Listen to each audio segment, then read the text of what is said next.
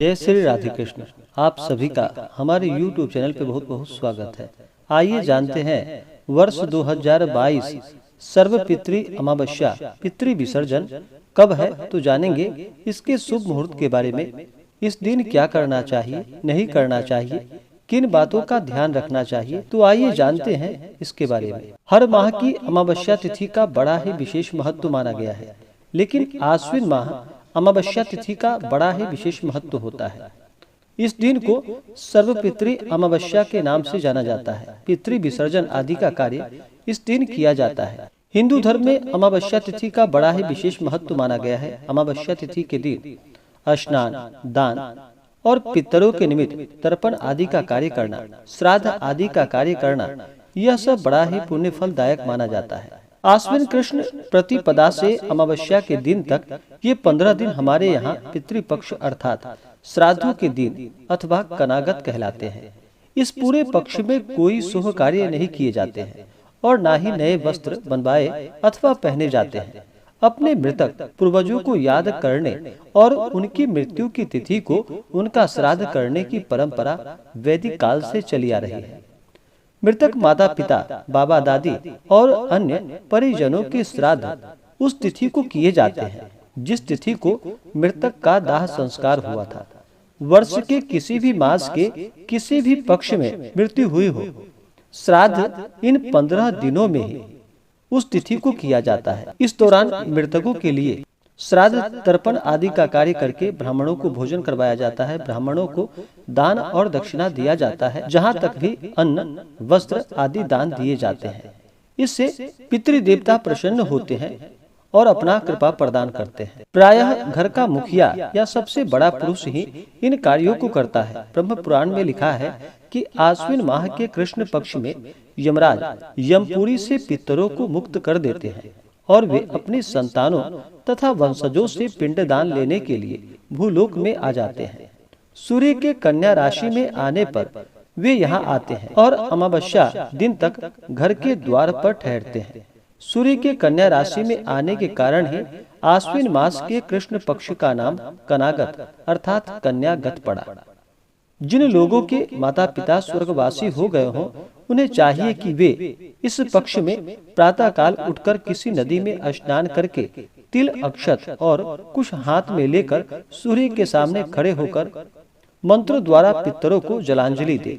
यह कार्य पितृपक्ष में प्रतिदिन होना चाहिए। पितरों को मृत्यु तिथि का श्राद्ध करके ब्राह्मणों को भोजन करा वस्त्र और दक्षिणा देनी चाहिए।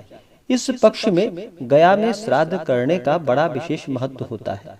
श्राद्ध पक्ष अमावस्या को पूर्ण हो जाता है, परंतु श्राद्ध कर्म एवं तांत्रिक दृष्टिकोण से इस अमावस्या का बहुत अधिक महत्व है। इस अमावस्या तिथि को भूले भटके पितरों की तृप्ति के लिए इस दिन श्राद्ध, तर्पण आदि का कार्य किया जाता है। जिनके माता पिता या पूर्वजों की तिथि पता ना हो, तो वो सर्वपितृ अमावस्या तिथि के दिन उनके नाम से श्राद्ध, तर्पण आदि का कार्य करना चाहिए। जहाँ तक हो सके दान पुण्यों का कार्य करना चाहिए।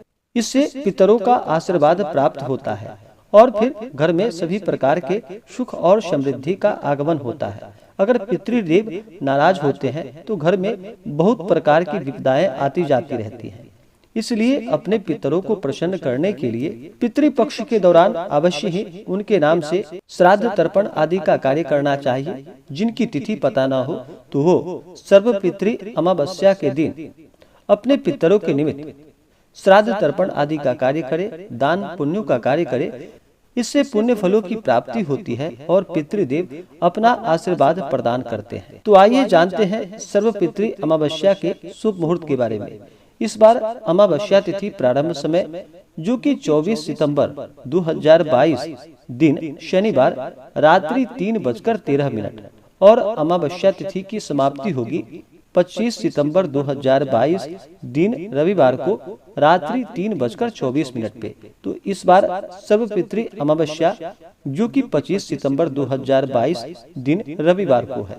तो इस दिन अपने पितरों के निमित्त श्राद्ध, तर्पण, दान आदि का कार्य करे तो यह पुण्य फलदायक होगा।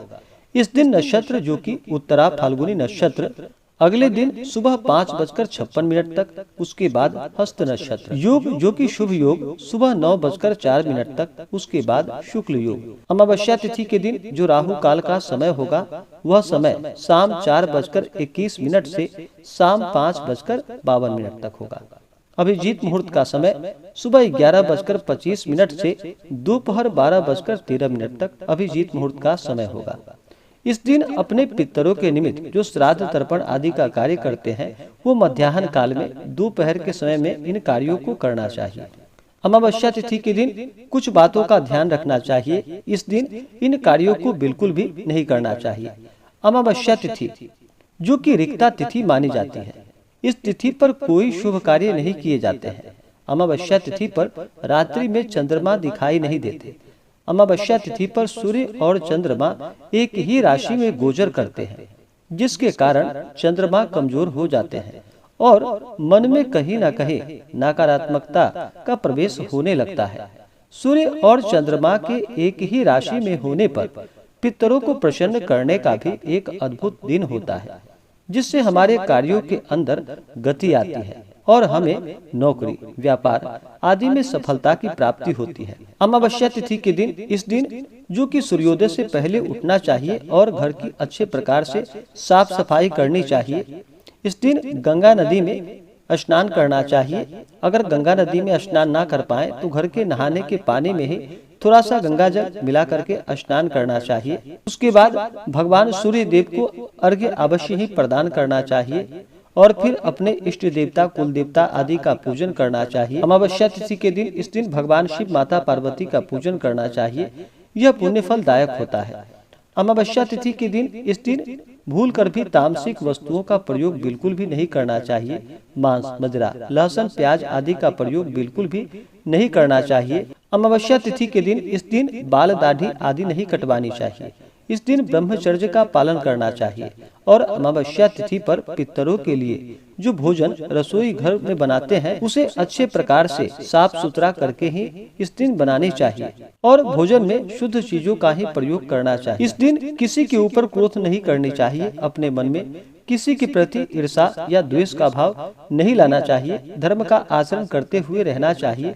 जहाँ तक हो सके इस दिन दान पुण्यों का कार्य करना चाहिए। अपने पितरों के निमित्त अन्न, वस्त्र आदि दान करनी चाहिए। गौ को ग्रास खिलाना चाहिए।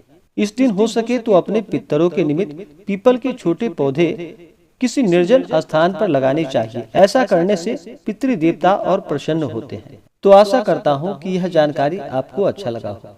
ऐसे ही ज्ञानवर्धक जानकारियाँ प्राप्त करने के लिए हमारे इस चैनल पे अगर आप नए हैं तो चैनल को लाल बटन दबा करके सब्सक्राइब करें, साथ में बेल आइकन घंटी को दबाएं ताकि मेरे वीडियो का नोटिफिकेशन आपको समय से मिलता रहे। वीडियो को लाइक करें, शेयर करें। सुखी रहें और स्वस्थ रहें। जय श्री राधे कृष्ण। धन्यवाद।